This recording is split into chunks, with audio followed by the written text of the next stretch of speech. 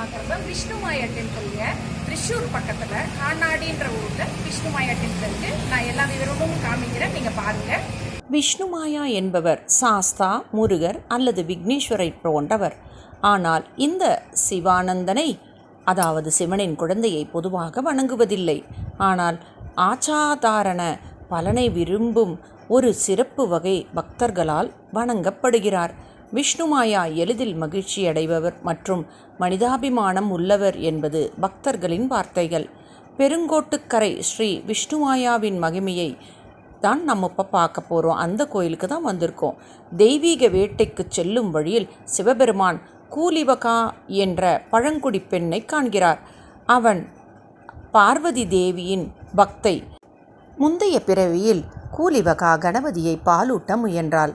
இப்போது அவளுக்கு சிவனின் மகனை பேணி வளர்க்க ஒரு வாய்ப்பு கிடைக்கப் போகிறது. சிவன் கூலிவாகாவை அணுகி தனது மகனின் தாயாக இருக்க தயாராக இருக்குமாறு கேட்டார். கூலிவகா பார்வதியின் பக்தை. அவளுடைய நிலைமையை அறிந்த பார்வதி கூலிவகா வேடமிட்டு சிவனை வரவேற்க காத்திருந்தார். சிவனும் வேடமிட்டு கூலிவகாவும் ஒன்றிணைந்து ஒரு அழகான குழந்தையை பெற்றிருந்தனர். சிவாவும் பார்வதியும் கூலிவகாவின் முன் தோன்றி குழந்தையை வளர்க்க அவளை நியமித்தனர்.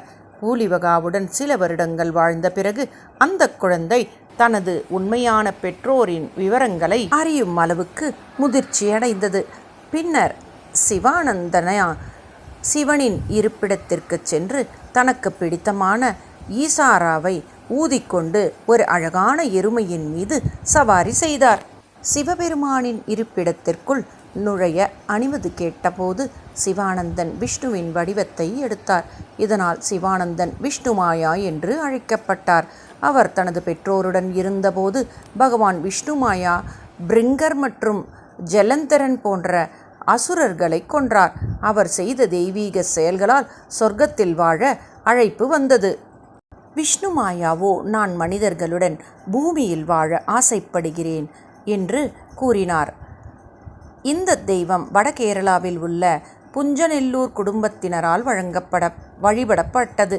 கிராமத்தை துயரத்திலிருந்து பாதுகாக்க விரும்பிய வேலுமுத்தப்பன் சுவாமி திருப்தி அடைய கடுமையான தவம் செய்து புவனேஸ்வரி ஒரு பொருத்தமான தீர்வுக்காக காத்திருந்தார். ஒரு நாள் காலையில் திரிப்ராயர் நதியிலிருந்து விஷ்ணுமாயாவின் சிலையை அவர் பெற்றார். அதை அவர் தனது வீட்டிற்கு கொண்டு வந்தார். பின்னர் அவர் புஞ்சநல்லூர் குடும்பத்தினரிடம் ஆலோசனை கேட்டார். குடும்பத்தில் மூத்தவர் அவருக்கு மூலமந்திரம் தெய்வீக பாடல் வழங்கி ஆசிர்வதித்தார். வேலுமுத்தப்பன் சுவாமி விஷ்ணுமாயாவை வழிபடத் தொடங்கினார். மேலும் அவரது சீடர்களில் சிலர் விஷ்ணுமாயா வழிபாட்டின் வெளிச்சப்பாடுகளாக தேர்ந்தெடுக்கப்பட்டனர்.